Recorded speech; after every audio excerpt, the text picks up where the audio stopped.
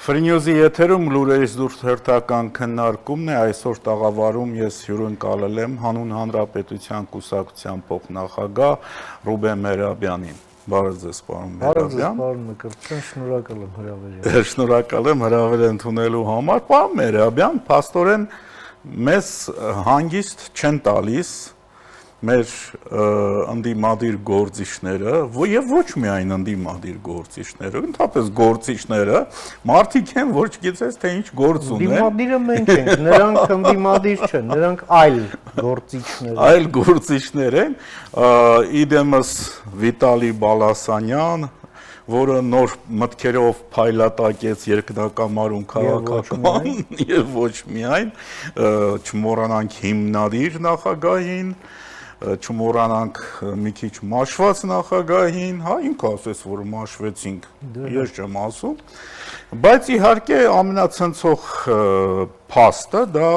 արտաքին հետախուզական ծառայության հայտարարությունները, որը որ ուղղակի կարելի ասել առանց ավելորդ համեստության ատոմային ռումբի պայթյուններ մարդկանց ուղեղներում, որ ասենք բաց այդ ժողովուրդ տեսեք թե ինչա պատրաստվում եւ տեսեք թե ինչա կատարվում։ Այո։ Ինչ տպավորություն թողեց։ Հիբրիդային պատերազմը տեղի ունենում, դուք որ ասում եք մեզ հանգիստ չեն տալիս, իսկ որևէ մեկը չէր խոստացել, որ մեզ հանգիստ է տալու եւ հակառակն էին խոստանում, որ մեզ հանգիստ չեն տալու, դե մնացածն էլ արդեն որքան ձեռքերը կհասնի, հա, հնարավորությունները եւ ինտելեկտը թույլ կտա,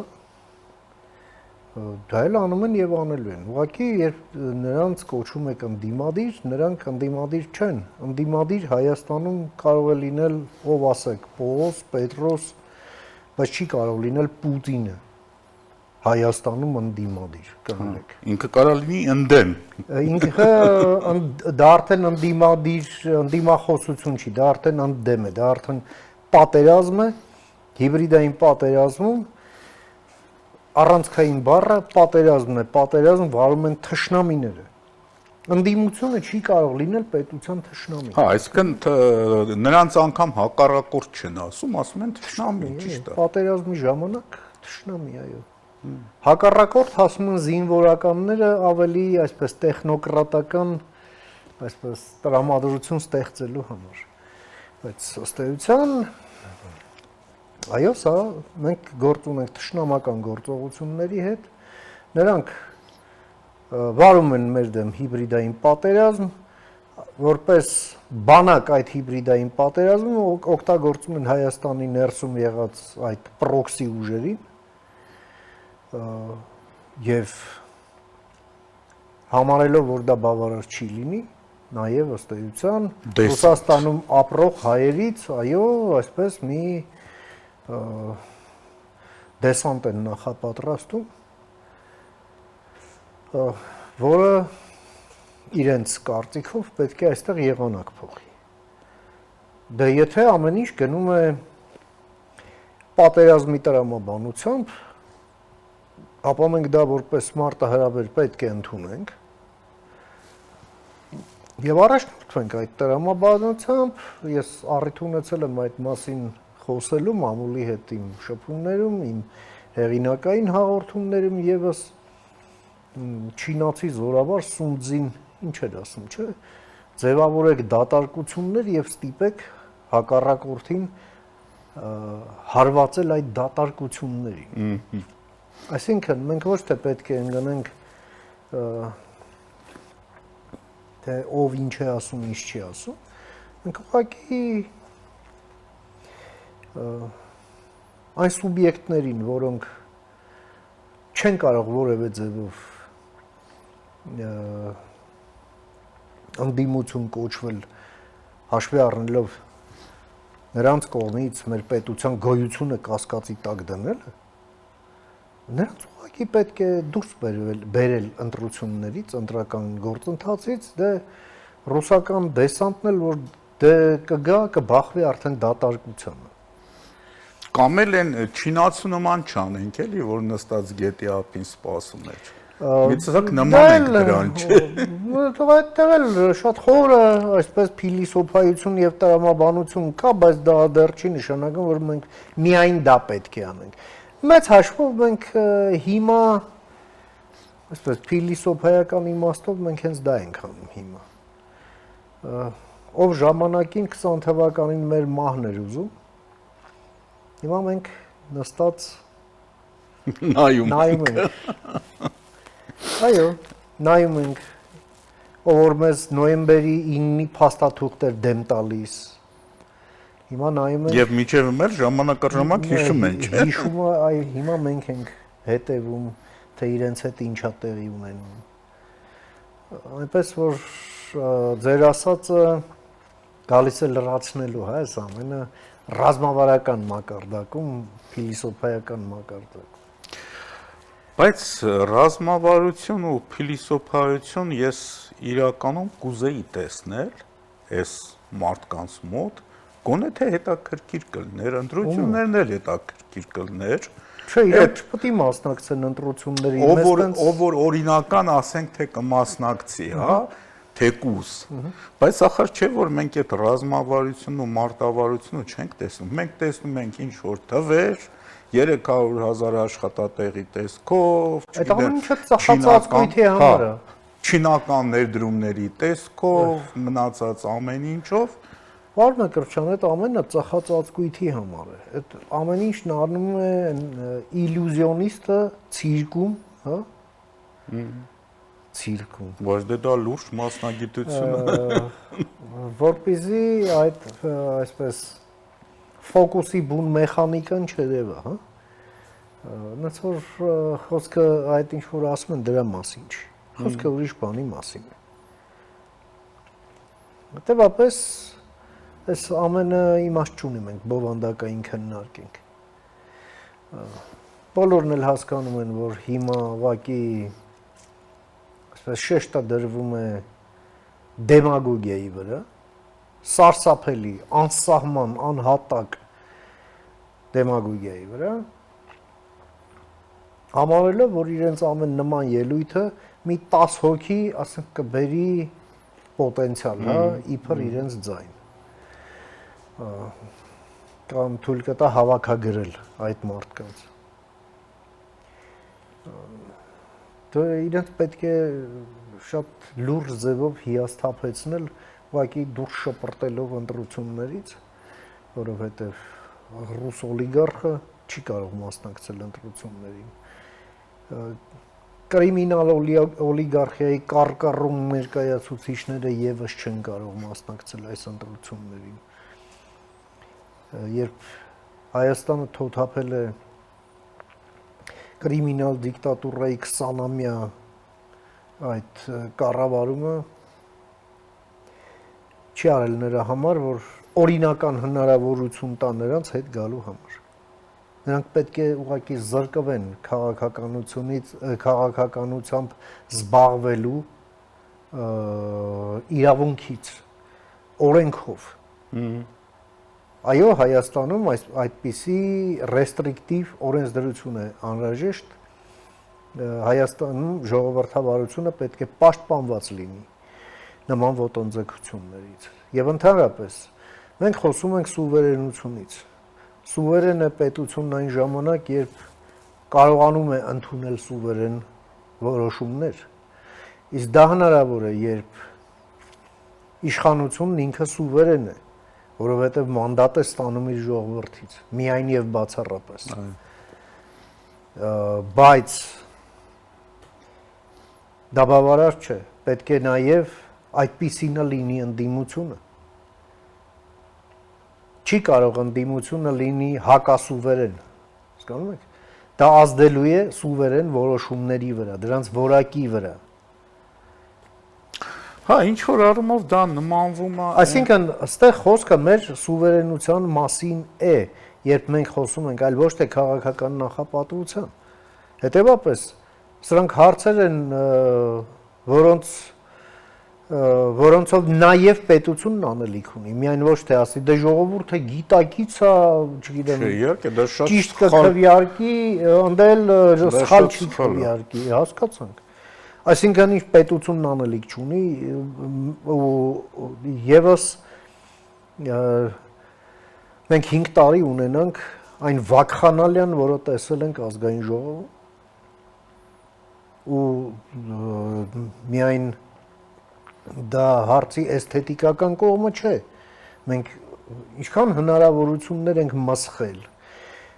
ինչքան ավելի լավ որակով օրենքներ կարող ենք ունենալ, եւ ի վերջո հերիք այդ բարոյական հաղթանակները դե հա, երբ մենք այդտեղ որակյալ քննարկում ունենայինք, այլ ոչ թե գողկատու եւ քաչալ շուն, հա? Կամ այդ թամաշան, որը վերածվում է կառավարություն падգամավորներ հարց ու պատասխան։ 1000 մի հարց կա բարձրացնելու, չի բարձրացվում։ Հա, Այո, դրա համար մենք գալիս ենք անդիմափոխության։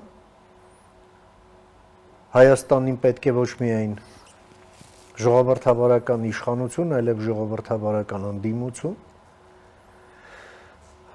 որպեսզի սուվերեն պետությունում սուվերեն որոշումները լինեն համարժեք, որակով եւ լավագույնս ծառային քաղաքացիներին։ Անդիմությունը դա իշխանության անդիմախոսող թևն է, որը կրում է նույն պատասխանատվությունը ըստ էության։ Առնվազն քաղաքական եւ բարոյական առումով։ Մենք չենք տեսնում այդ մոտեցումը, մենք տեսնում ենք միայն մանիպուլյացիա, շահարկումներ, ստորագույն հարվածներ պետությանը մեջքից, դա ոչ թե իշխանության, պետությանը, այո։ Սա անհանդուրժելի է այլևս։ Ընդհանուր մինչև Հայաստանի փորձ անել, ներքաշել Իրանի շուրջ հարվածի տակ դնել, մի հատ էլ մատնացույց անել, որ հեսո, այստեղ խփեք։ Հասկանում եք։ Սրա մասին է խոսքը։ Ես սա շատ նմանացնում եմ, քանի որ պատմություն շատ եմ սիրում, գիտեմ որ դուք էլ եք սիրում։ Ես շատ նմանացնում եմ այն Ատրուշանասեր նախարարներին, հա։ Երբ որ երկիրը առաջինը քրիստոնեություն ընդունած, քրիստոնեական արժեքները մարսած ու մարդիկ գալիս են ասում են, գիտեք ինչ, հետադարձ, հետահայաց, բերենք նորից բակերում դնենք այդ Ատրուշանները 1.5 դար անց արդեն, չէ՞։ Հա։ Դե հա ինչ որ առումով, այո, սիմվոլիկ առումով դա նույն բանն է, որովհետև տարբեր ցածր սոցիալական պատասխանատվությամբ պերսոնաժներ, որ կոչ են անում գնալ միութենական պետություն, դե դա նույն բանն է։ Ինչ ենք տեսնում մենք այսօր։ Բայց ազնիվ չեն նրանք, որովհետև իրենք պետք է ասենք ամառները հանգստանան Մագադանում, հագնեն կալոշ, իրենց սիրած վատնիկ, ուշանկը, հա, բալալայկեն կախտան վզներից, հա, իսկ իրենց հարցներին էլ ուղարկեն ծննդաբերելու Չելյաբինսկ, այլ ոչ թե Միացյալ Նահանգներ։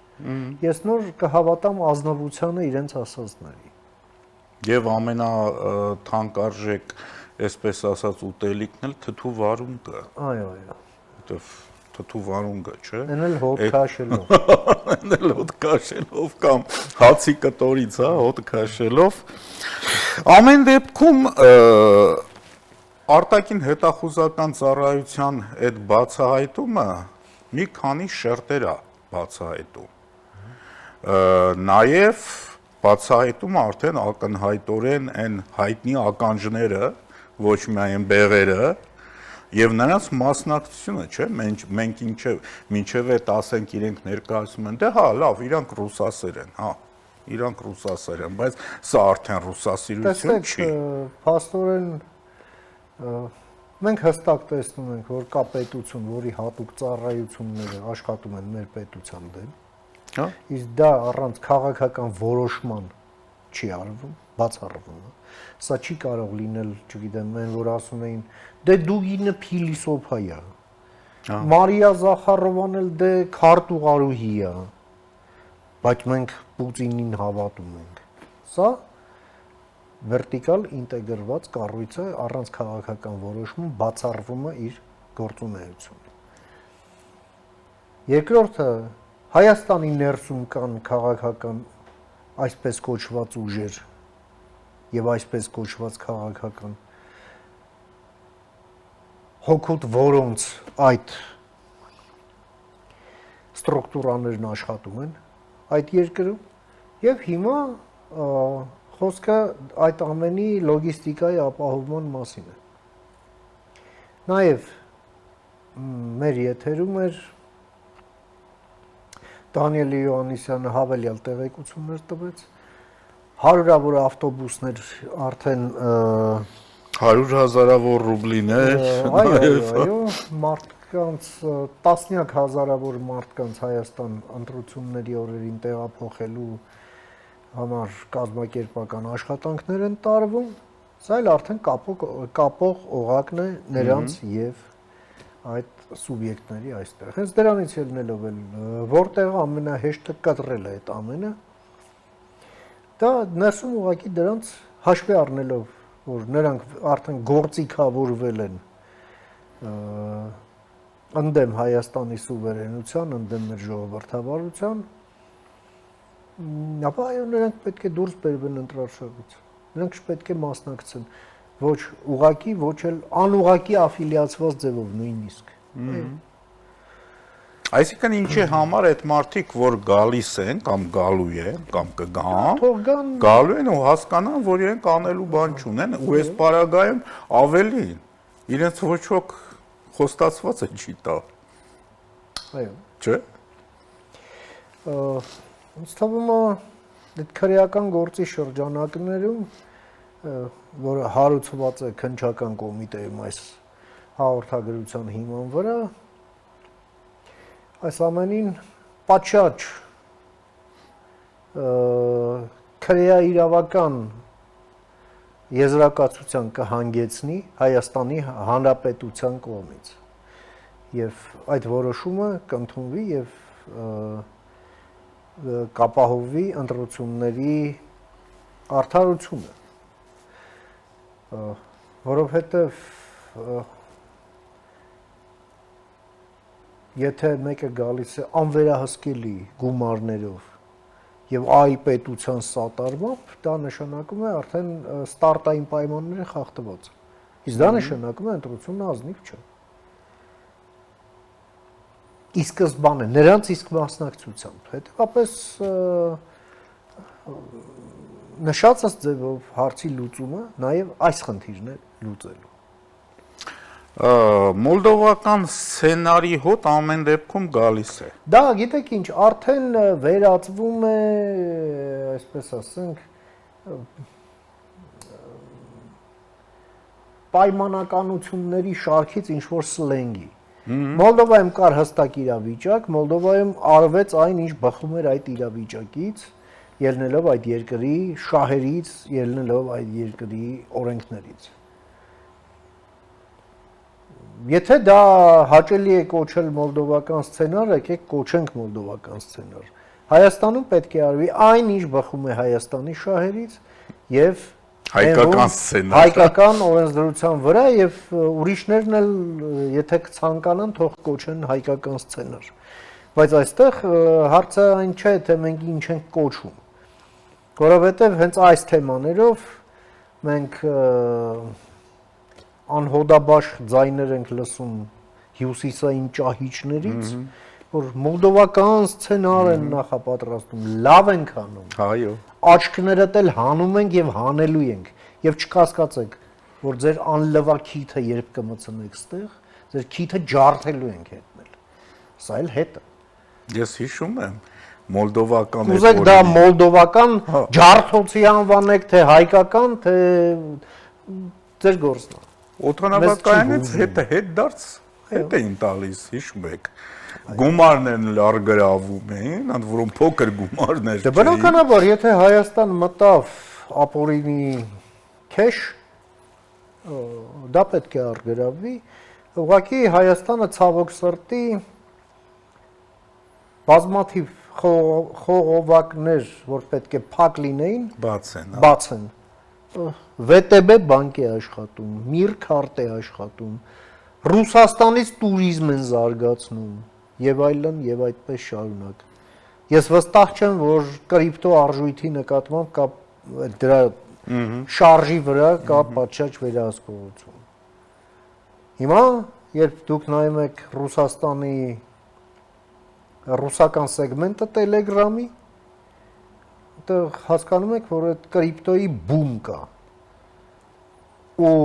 ողջ ռուսական կրիմինալը նստած է այո կրիպտոյի վրա այլևս։ Կրիմինալ ասելով եկեք հասկանանք, որ նաև դա նույն կրիմինալ է ռուսական հատուկ ծառայությունները։ Ռուսաստանը ֆաշիզացված պետություն է, այնտեղ այլևս չկա իրավապահ մարմին, հատուկ ծառայություն, պետությունը զավթված է կազմակերպված քրեական խմբավորման կողմից, այնտեղ կա միայն SS, Գեստապո, այդ նույն կարգի կառույցներ են, ոչ մի սրբություն, ոչ մի օրինականություն, ոչ մի բան, դրված են հանցավոր նպատակներ, որոնք իրականացնում են հանցագործները, կարևոր չի ուսադիրներով, թե առանց ուսադիրների։ Իսկան։ Լավ, ամեն դեպքում այստեղ պետությանը պետքա ինչ որ առումով երևի թե նաև օգնի հասարակությունը։ Իսկ հասարակության մի բաղկացուցիչ մասն էլ այն կազմակերպություններն են, այդ թվում նաև ձեր կուսակցությունը, ես նկատում եմ քաղաքական կազմակերպությունները, որոնք պետքա մտնեն, մասնակցեն, ջլատեն այդ ամեն ինչը։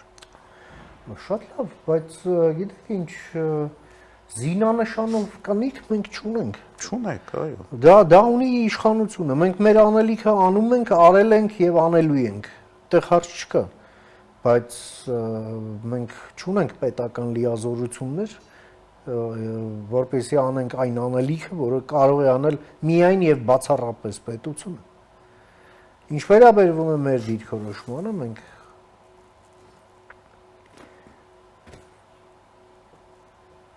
մասնակցելու ենք ընտրություններին, մենք ամեն ինչ արեցինք, որպեսզի Եվրաքվե նախաձեռնության այդ կոնսոլիդացիան, որը հաջողության հանգեցրեց, նաև քաղաքականապես կապիտալիզացվի, եւ այնպես չէ, որ մեզ դա 100%-ով հաջողվեց, բայց նշանակալիորեն հաջողվել է եւ հաջողվելու է, եւ մենք ընդլայնված ցուցակով մեր կուսակցության գնալու ենք ընտրությունների եւ մասնակցելու ենք այն դիրքերից, որ Հայաստանում չի կարող Պուտինը լինել ընդդիմություն։ Կարևոր չի ինչա կոչվում, ինչա խոստանում մեկ, պայմանականորեն կարելի է կոչել Պուտին համար 1, Պուտին համար 2, համար 3, համար 4։ Մատրոշկաների նման, հա։ Դրանք բոլորը Պուտիններ են։ Հայերեն խոսող։ Ոմանց գրպանում նաև Հայաստանի անձնագիր, նաև այլ երկրի անձնագիր կարող է լինել, կարող է չլինել, բայց նրանք բոլորը ոչ թե հանուն Հայաստանի Հանրապետության, այլ հանուն Պուտինի եւ նրանք ըստ էության հավակնում են լինելու Հայաստանի Հանրապետության լուծարային հանձնաժողովը։ Ինչու կաներեք մենք չեմ ասում որ հակասում է մեր սահմանադրությանը, բայց մենք դա չենք հանդուրժելու ուղղակի։ Այս բաները պետք է նրանք շատ լավ հասկանան։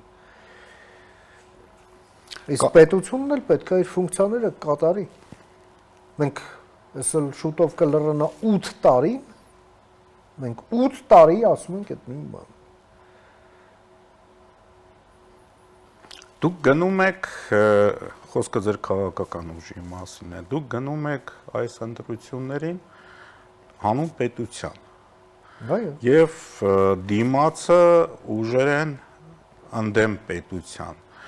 Լավ, ինչու չի ստացվում այս հանուն պետության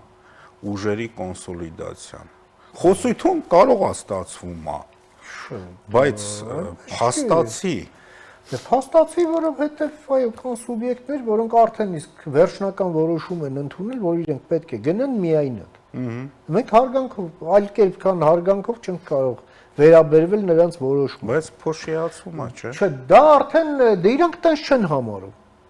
Այո, մենք տենց ենք համարում եւ բացի դրանից էլ մենք ով մասնակցություն է ունեցել կամ սատարել է կամ ակտիվ դիրքորոշում է ունեցել այդ հարցում, հա, մենք բաց են մեր դռները, մենք նրանց հետ շատ ակտիվ համագործակցության մեջ ենք եւ հաշված օրերի ընթացքում մենք վերջնականապես կուրվագծենք թե ինչ շրջանակով ենք մենք առաջ գնալու եւ կներկայացնենք հասարակությանը անպայման մենք դրա համար ասացի մենք օնլայնված ցուցակով ենք գնում ինչը նշանակում է որ այո նաեւ ոչ կուսակցականները որոնք կարող են լինել ցուցակի 30%-ը այդ 30%-ը մենք պատրաստ ենք համալրել հասարակությանը հայտնի իրենց անցած ճանապարհով իրենց ակտիվ դիրքորոշման անձանցով, հա,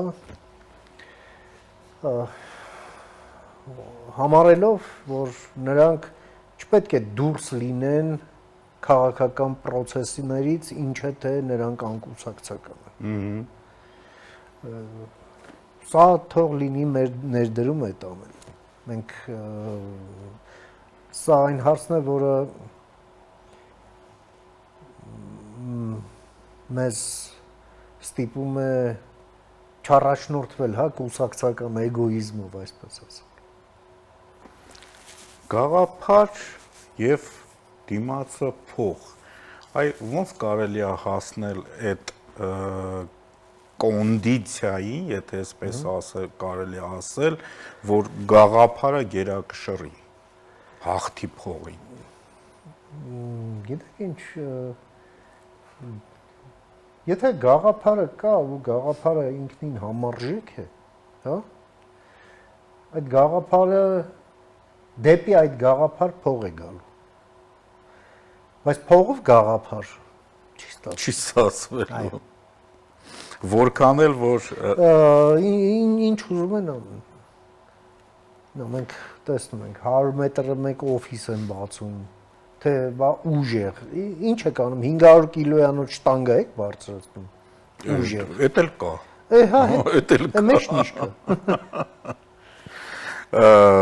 Դե նոյան տապան։ Դա արդեն օպերետային ժանրից է, դժվար է մեկնաբանել առանց հումորի, հա։ Եթե կարելի է այսպես ասել, մենք 2 րոպե ունենք, մարդամեկը ասում էր «Կուդա վիդենիցես»։ Հիմա այդ մարդամեկին պատասխանը ինձ թվում է հունիսի 7-ին շատ հետաքրքիր ձևով կհնչի։ Մենք օգոստոսի 8-ին արդեն հնչեցրեցինք։ Իսկ հունիսի 7-ին ուղղակի այդ հնչածի վրա մի հատ այսպես մեծ կնիկ կդրվի, ընդ որում մեկ ընդմիշտ։ Իսկ ոմանց վրա էլ այսպես քաղաքական շիրմաքար եւ հաստատապես նրանց հետևից, ինչպես ժողովուրդն է ասում, օորմի չեն տալի։ Հա դա նմանվում է այն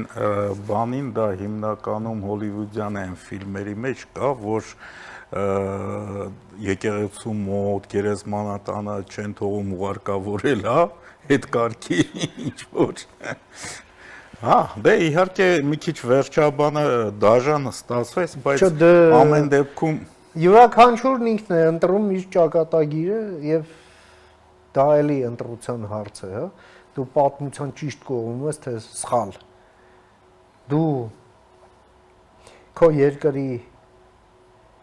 հետ ես, թե քո երկրի դեմ։ Քո երկրի դեմ երբ պատերազմ է ընթանում, դու խրամատի որ կողմում ես։ Այլ ոչ թե դրան բերում ես ու կապես մեր գլխին